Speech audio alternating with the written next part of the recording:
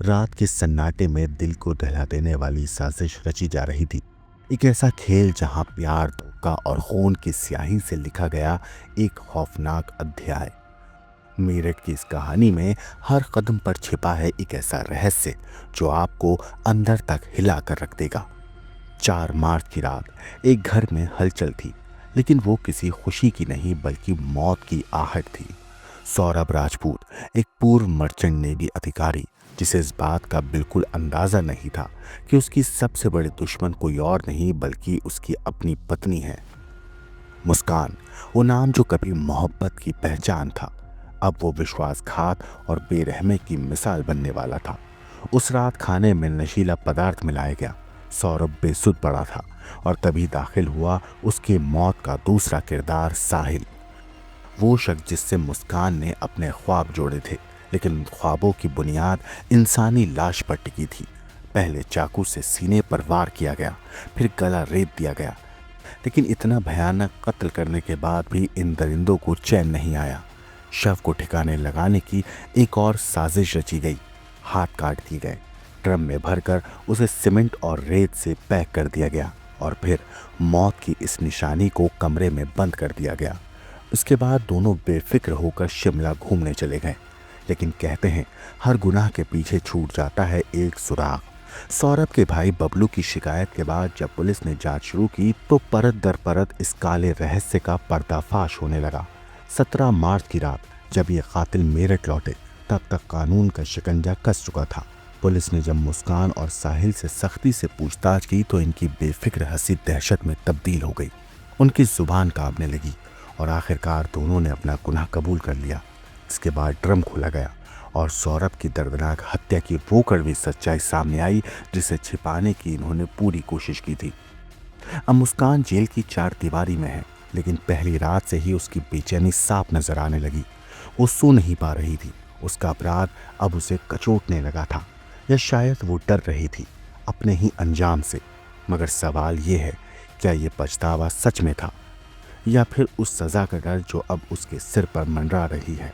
मेरठ का ये खौफनाक हत्याकांड एक ऐसी मिसाल बन चुका है जहां प्यार के नाम पर रिश्तों की बर्बादी की इबारत लिखी गई।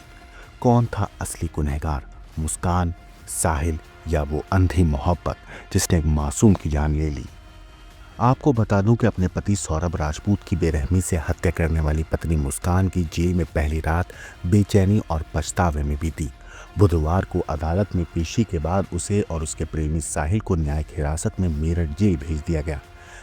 जेल में मुस्कान पूरी रात सो नहीं पाई और उसने सुबह का नाश्ता भी नहीं किया। मीडिया रिपोर्ट्स के मुताबिक दावा है कि मुस्कान ने जेल अधिकारियों से कहा कि उसे अपने किए पर पछतावा है। आरोपी मुस्कान को जेल में महिलाओं के बैरक में रखा गया, जबकि साहिल को पुरुष बैरक में। जब उसे पता चला कि उसे साहिल से अलग रखा जाएगा तो उसके चेहरे पर तनाव साफ दिखाई दिया।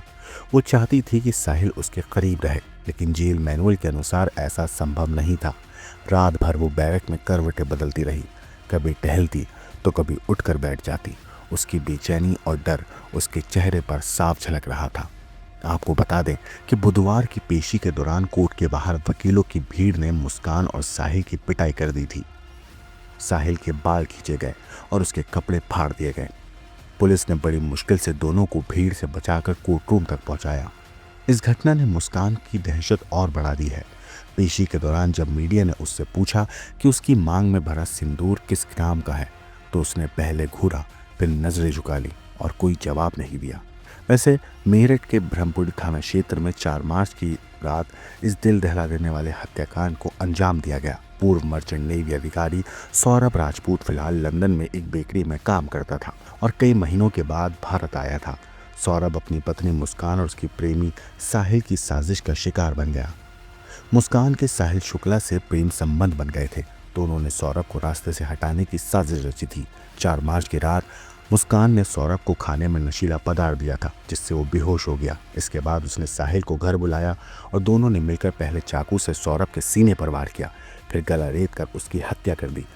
शव को ठिकाने लगाने के लिए उन्होंने सौरभ के हाथ काट दिए और अगले दिन बाजार से एक बड़ा प्लास्टिक ड्रम सीमेंट और रेत खरीद लाए। शव को ड्रम में डालकर सीमेंट और रेत से भर दिया गया और उसे कमरे में रख दिया। हत्या के बाद बेफिक्र आरोपी शिमला घूमने चले गए। और 17 मार्च की रात जब वो वापस लौटे तब तक पुलिस जांच में तेजी ला चुकी थी।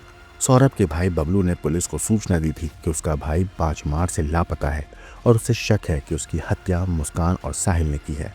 रिपोर्ट्स के मुताबिक इसके बाद ही पुलिस ने सख्ती से पूछताछ की और फिर दोनों ने अपना गुनाह कबूल कर लिया। Bureau report, क्रांतक।